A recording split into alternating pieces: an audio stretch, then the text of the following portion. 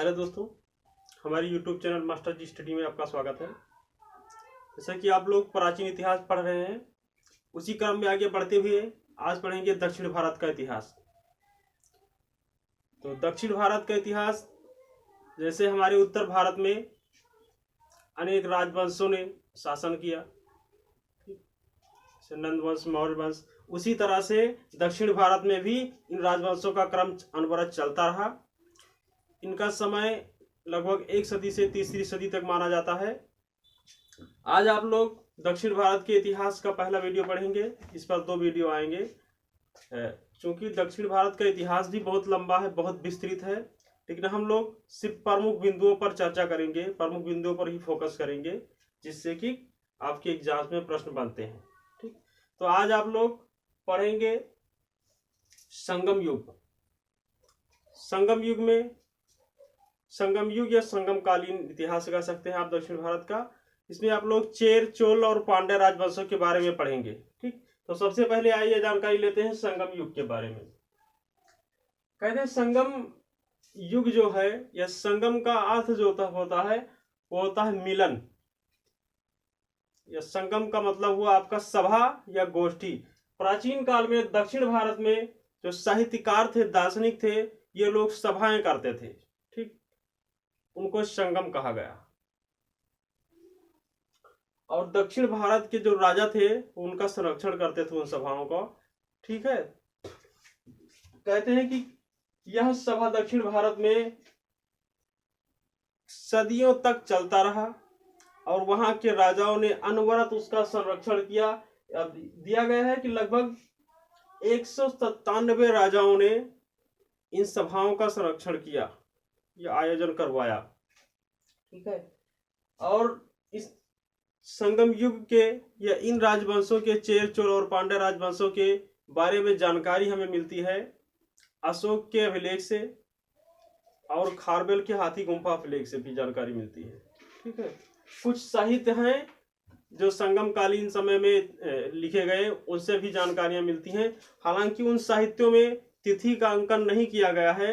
यही कारण रहा कि दक्षिण भारत का इतिहास व्यापक रूप से हम लोगों को नहीं मिल पा रहा है पढ़ने को, लेकिन फिर भी जो मिला है उसके बारे में आइए चर्चा करते हैं। तो जो यहाँ सभाएं होती थी, वहां पर रचनाएं किया जाता था। जो दार्शनिक लोग आते थे, साहित्यकार लोग, वो सभा करते थे और उसके बाद में फिर वो रचनाएं करते थे। ठीक है, तो उन सभाओं का कब और कहाँ हुआ सभा, ये देख लेते हैं एक बार। एक चार्ट मैंने बना दिया है आसानी के लिए कि आपको याद करने में आसानी हो सके। तो कहते हैं कि पहला जो है सभा इनका हुआ, वह अगस्त ऋषि की अध्यक्षता में। इसके संरक्षक पांड्य राजवंश के लोग थे और स्थल क्या था? मदुरई। ठीक, मदुरई में हुआ। हालांकि जो 3 सभाएं हुई, तीनों का संरक्षण जो है पांड्य राजवंशों ने ही किया था। ठीक, प्रथम का, यह ध्यान रखने वाले पॉइंट है। ठीक है, प्रथम का अगस्त ऋषि अध्यक्ष और संरक्षक पांड्य वंश, स्थल मदुरई। द्वितीय का भी अगस्त को ही माना जाता है, इसी को, अगस्त ऋषि को अध्यक्ष और संरक्षक पांड्य वंश, स्थान कपाटपुरम। ठीक, यहाँ दूसरे में सिर्फ स्थान बदल जाता है, बाकी तीसरा भी मदुरई में ही होता है। तृतीय सभा, इसके अध्यक्ष नकीरर। तृतीय सभा के अध्यक्ष कौन थे? नकीरर, और संरक्षक पांड्य वंश और स्थान मदुरई। अब इन सभाओं में साहित्यों की रचना की जाती थी। तो प्रथम सभा के जो साहित्य है उनका तो मतलब नहीं विवरण मिल पा रहा है, लेकिन द्वितीय सभाओं से हमें काफी कुछ जानकारी मिलती है। उसमें प्रमुख पुस्तक जो है द्वितीय सभा का, वह है तोलक्कापियम। ठीक, यह एक व्याकरण ग्रंथ है जो कि दक्षिण भारत के साहित्य पर या इतिहास पर काफी विस्तृत चर्चा करता है। उसके बाद इनका जो दक्षिण भारत के लोगों का धार्मिक मान्यता जो थी, यहाँ पर प्रमुख रूप से देवी देवताओं का पूजा होता था। बहुदेववादी थे, कई देवी देवता थे इनके, लेकिन जो सबसे प्राचीन थे मरुगन, बाद में चल करके सुब्रमण्यम हो गए, और मरुगन से सुब्रमण्यम, ये लोग जल, नक्षत्र और ग्रहों आदि की भी पूजा किया करते थे। सुब्रमण्यम मतलब आगे चल के जिनको विष्णु भगवान कहा गया, उन्हीं को ये लोग मरुगन या सुब्रमण्यम के नाम से जानते थे या पूजा करते थे। ठीक, तो जो प्रमुख रचनाएं हुई, हम लोग इन चेर, चोल और पांड्य राजवंशों के बारे में पढ़ेंगे, लेकिन पहले एक नजर संगम युग के बारे में और संगम साहित्यों के बारे में डाल देते हैं, फिर आगे बढ़कर इन राजवंशों के बारे में पढ़ेंगे। तो संगम युग में जो सभाएं होती थी, उस दौरान जो प्रमुख रचनाएं हुई, वैसे रचनाएं साहित्य तो हजारों हैं उस समय के, लेकिन जो प्रमुख हैं, जो आपके एग्जाम्स में प्रश्न बनते हैं, उन पर एक नजर डालते हैं। जैसे हमने आपको बताया तोलकाप्पियम, इसकी रचना तोलकाप्पियर ने की थी। यह एक व्याकरण ग्रंथ है। ठीक है, उसके बाद शिल्पादिकारम, शिल्पादिकारम, इसकी रचना इलिंगो आदिगल ने की थी। उसके बाद मणिमेखलय, क्या मणिमेखलय, इसकी रचना शीतलय सत्यनारायण ने की थी। ठीक है, उसके बाद में जीवक चिंतामणि, आप लोग ध्यान रखिएगा, यहां से प्रश्न बनते हैं। जीवक चिंतामणि, इसकी रचना त्रियुंतक देवर ने की थी। उसके बाद कुरल, कुरल की रचना तिरुवल्लुवर ने की थी। ठीक, अब आइए राजवंशों पर एक नजर डालते हैं। जैसे चेर, चोल और पांड्य प्रमुख रूप से 3 राजवंशों ने दक्षिण भारत पर शासन किया। ठीक है, इन राजवंशों में कहीं कहीं पर संघर्ष की स्थिति भी बनी और कहीं पर समझौता हुआ या मित्रवत रूप से ये लोग भी रहते भी थे। तो देखिए, सबसे पहले आप लोग चोल राजवंश में देखिए, कहते कि चोल राजवंश का जो राजकीय चिन्ह था वो बाघ था। चोल राजवंश का राजकीय चिन्ह क्या था? बाघ था। इनकी राजधानी पुहार या कावेरीपत्तनम, जो कि तटीय राजधानी थी। इनकी राजधानी, प्राचीन राजधानी जो है तंजावुर को माना जाता है। बाद में इन्होंने अपनी राजधानी पुहार या कावेरीपत्तनम को बनाया। इस वंश का सबसे शक्तिशाली या प्रमुख शासक जो था वो करिकाल को माना जाता है। करिकाल ने कावेरीपत्तनम के तट पर 160 किलोमीटर लंबे बांध का भी निर्माण करवाया था।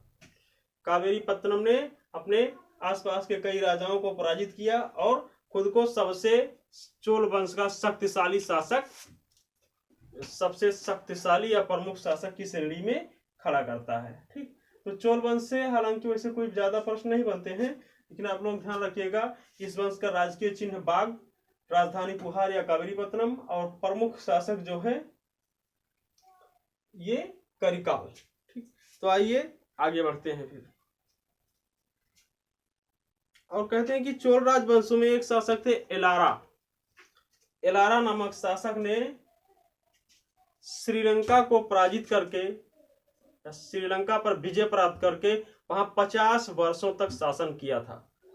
आप इस बात से अनुमान लगा सकते हैं कि चोल राजवंश कितना शक्तिशाली हुआ करता था। अब जो दक्षिण भारत के तीनों राजवंश थे, इन चेर, चोल, पांड्य, इनमें सबसे ज्यादा शक्तिशाली चोल राजा ही रहते थे। चोल राजवंश के लोग ही सबसे शक्तिशाली थे। हालांकि ज्यादा लंबे समय तक इनका शासन भी नहीं चला, लेकिन शक्तिशाली थे। बाद में आप लोग आधुनिक दक्षिण भारत के इतिहास में पढ़ेंगे, फिर से इनका उदय होता है चोल राजाओं का। ठीक है, विजयालय के नेतृत्व में। ठीक, तो आगे देखेंगे आप लोग। चोल राजवंश देख चुके, इन पर प्रमुख बिंदु ध्यान रखिएगा। ठीक है, संगम काल का भी प्रमुख बिंदु और उसके बाद में चोल राजवंश का। आइए देखते हैं आगे।